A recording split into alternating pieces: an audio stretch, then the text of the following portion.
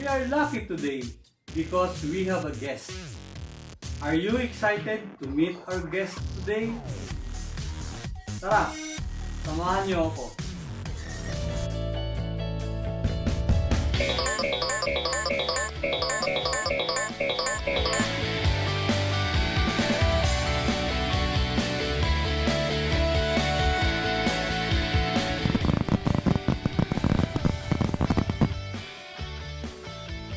Our guest today is Tikboy di Makulangan, and here he is.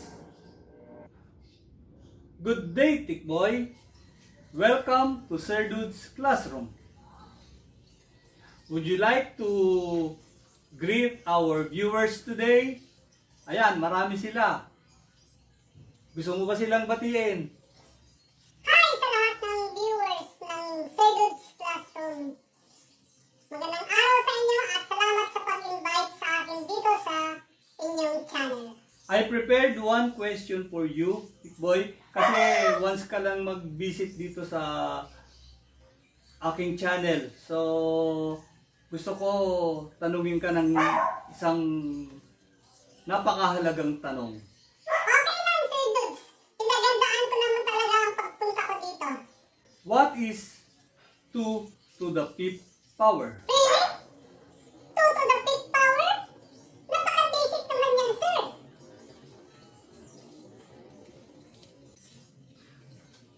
Do you know the answer, Tikboy? My answer is 10. Really? Your answer is 10?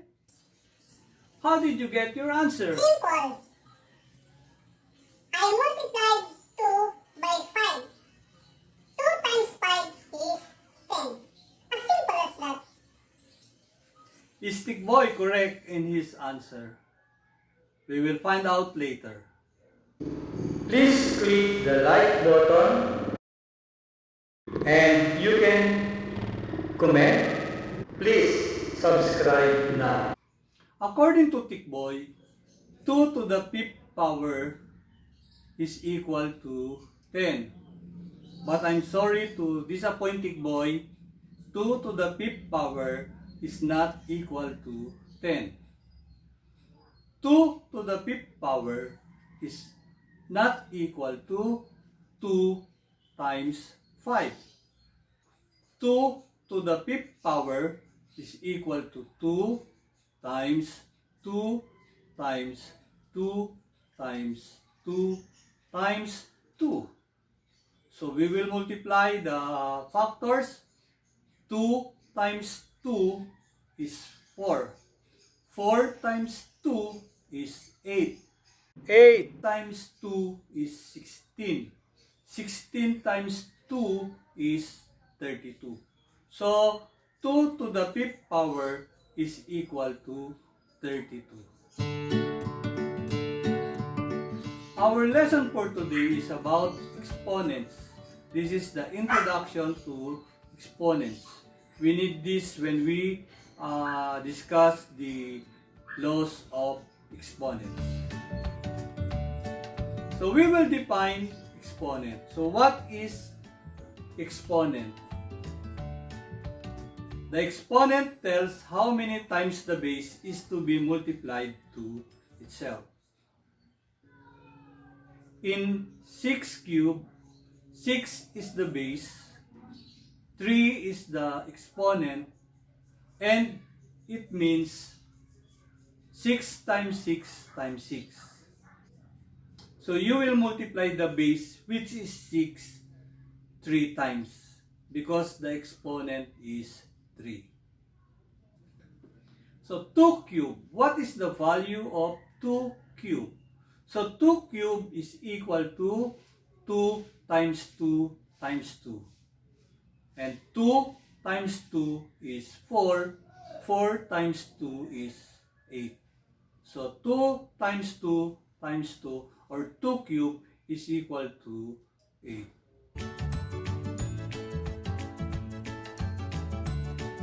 Okay, this expression, negative 2 is the base, so the exponent is 3.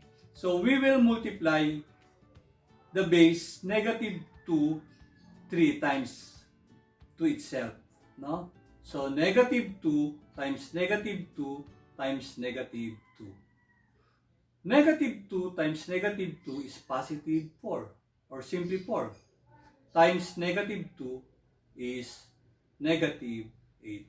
So negative 2 with parenthesis 3 is equal to negative 8. Negative 2 cube. This time, no parenthesis, no? So, negative 2 cube. So, this means negative 1 times 2 times 2 times 2. So, negative 1 times 2 is negative 2 times 2, negative 4 times 2, negative 8. So, negative 2 cube, yung walang parenthesis, no parenthesis, is equal to negative 8. So, take note of the base, no? Whether with parenthesis or without parenthesis, and the base is negative and the exponent is odd number, the product is negative. So, negative 2 cube without parenthesis is also equal to negative 2 times 2 times 2. And this is equal to still negative 8. Let's go to 2 to the 4th power. 2 to the 4th power is equal to 2 times 2 times 2 times 2. And 2 times 2 is 4. 4 times 2 is 8. And 8 times 2 is 16. So 2 to the 4th power is equal to 16. The base is negative 2. So you will multiply negative 2 4 times to itself. So negative 2 times negative 2 times negative 2 times negative 2. So negative 2 times negative 2 is positive 4, or simply 4. Times negative 2, negative 8. Negative 8 times negative 2 is positive 16. So negative 2 with parenthesis raised to the 4th power, or negative 2 to the 4th power is equal to 16. How about if the base has no parenthesis, like this one? Negative 2 to the 4th power. So this is the same as negative 1 times 2 times 2 times 2 times 2. So negative 1 times 2 is negative 2, times 2 is negative 4, times 2 is negative 8, times 2 is negative 16. So in this case, negative 2 to the 4th power is equal to negative 16. So this is the same as negative 2 times 2 times 2 times 2. And this is equal to negative 16. Take note of negative 2 with parenthesis, no, and without parenthesis. So if with parenthesis, the product is positive if the exponent is even number. And if the base has no parenthesis and it is negative, the product is negative. That is if the exponent is even number. Examples. Number 1, 2 to the 6th power. So this is equal to 2 times 2 times 2 times 2 times 2 times 2. So you will multiply 2 6 times as a factor. So 2 times 2 is 4.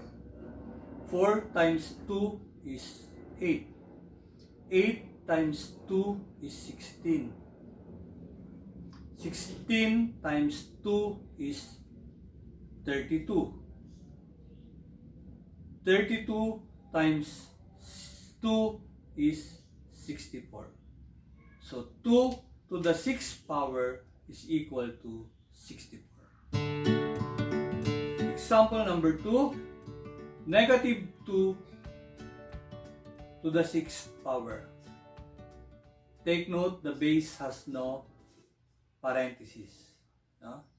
So, this is the same as negative 1 times 2 times 2 times 2 times 2 times 2 times 2. So, it is equal to negative 64. Okay? So, walang parenthesis yung base and it is negative. Number 3. This time with parenthesis yung base. Yung negative 2, no? May parenthesis. So, negative 2 times negative 2 times negative 2 times negative 2 times negative 2 times negative 2, and this is equal to 64.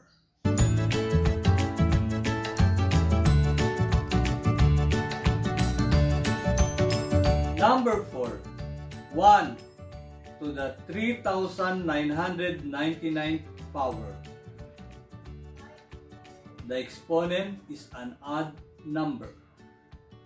So, 1 times 1 times 1 times 1 up 3,999 times. The product is 1. Number 5.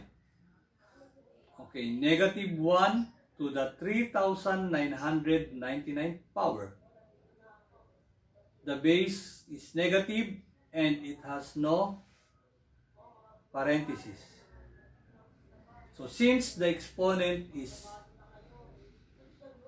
odd number, therefore the value is negative 1. If the base is negative, with or without parenthesis, if the exponent is odd number, the product is negative. The product is always negative. Pag-iisipan mo lang kung positive or negative, pag negative ang base, if the exponent is even number. So pag may parenthesis at negative yung base, positive ang product. Kapag walang parenthesis at ang exponent ay even number, the product is negative. Number 6. Negative 1. No, with grouping symbols, with parentheses. To the 3,999 power. So since the exponent is odd number, therefore the value is negative 1. So nakita nyo, with or without parenthesis, pag negative ang base and the exponent is odd number, same lang, parehong negative. Example number 7. 10 raised to the 4th power, or 10 to the 4th power. So this is equal to 10 times 10 times 10 times 10. So this is equal to 10,000. So when you simplify the power of 10, so just write 1 and then annex zeros depending on the exponents. Like for this one, the exponent is 4, so write 1, annex 4 zeros. So, the value of 10 to the 4th power is equal to 10,000. Okay, number 8, negative 10 to the 6th power. Okay, this time, no parentheses. And the exponent is even number. So, dito, sinabi ko kanina kapag negative ang base, pag-iisipan mo lang kung ang exponent ay even. Pero kapag add, kahit negative yan, with or without parentheses, palaging negative. This is equal to negative 1 times 10 times 10 times 10 times 10 times 10 times 10. Or negative 10 times 10 times 10 times 10 times 10 times 10. So, this is negative 1 million. Number 9. Negative 10 to the 5th power. Ayan, with grouping symbols, with exponents. So, you have to if the base is negative and the exponent is odd number, with or without grouping symbols, the product is negative. So this is equal to negative 100,000.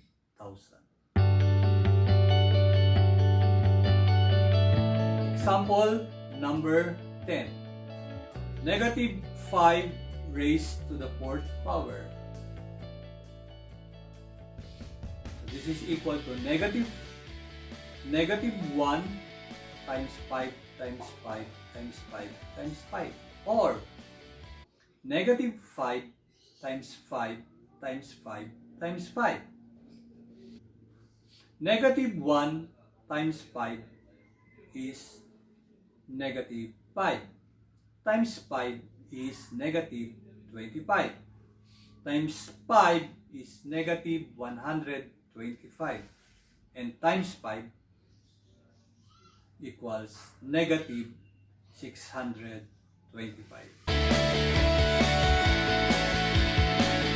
Number 11. The base is negative. The exponent is even number. So you have to think if it is positive or negative. Since meron siyang grouping symbols or parentheses, therefore the product is positive. So this is equal to 625.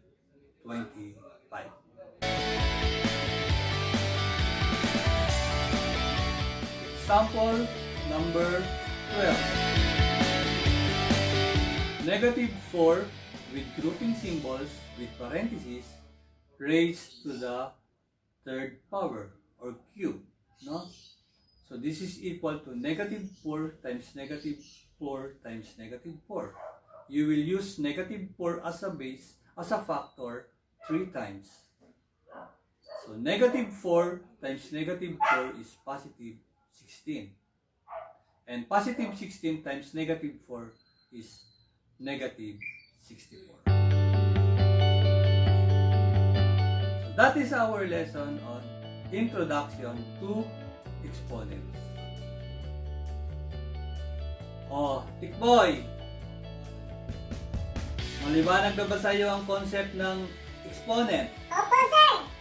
Maliwanag na po sa akin ang concept ng exponent. Ganun ba ngayon? You will use the base as a factor depending on the exponent. The exponent tells how many times the base will be used as a factor. You are precisely correct, Tick Boy. Sir, can I make an appeal to your viewers? Parang nasa court of appeal lang tayo ah. O sige, go on. To all the viewers of this channel, Sir Dude's Classroom, please like, comment, and subscribe to this channel. Just comment, don't criticize, because nobody is perfect. Thank you, Tick Boy, for visiting my channel. Say bye-bye na. Bye-bye! Thank you for watching my video today.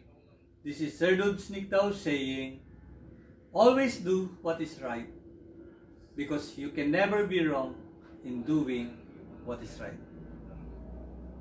Goodbye.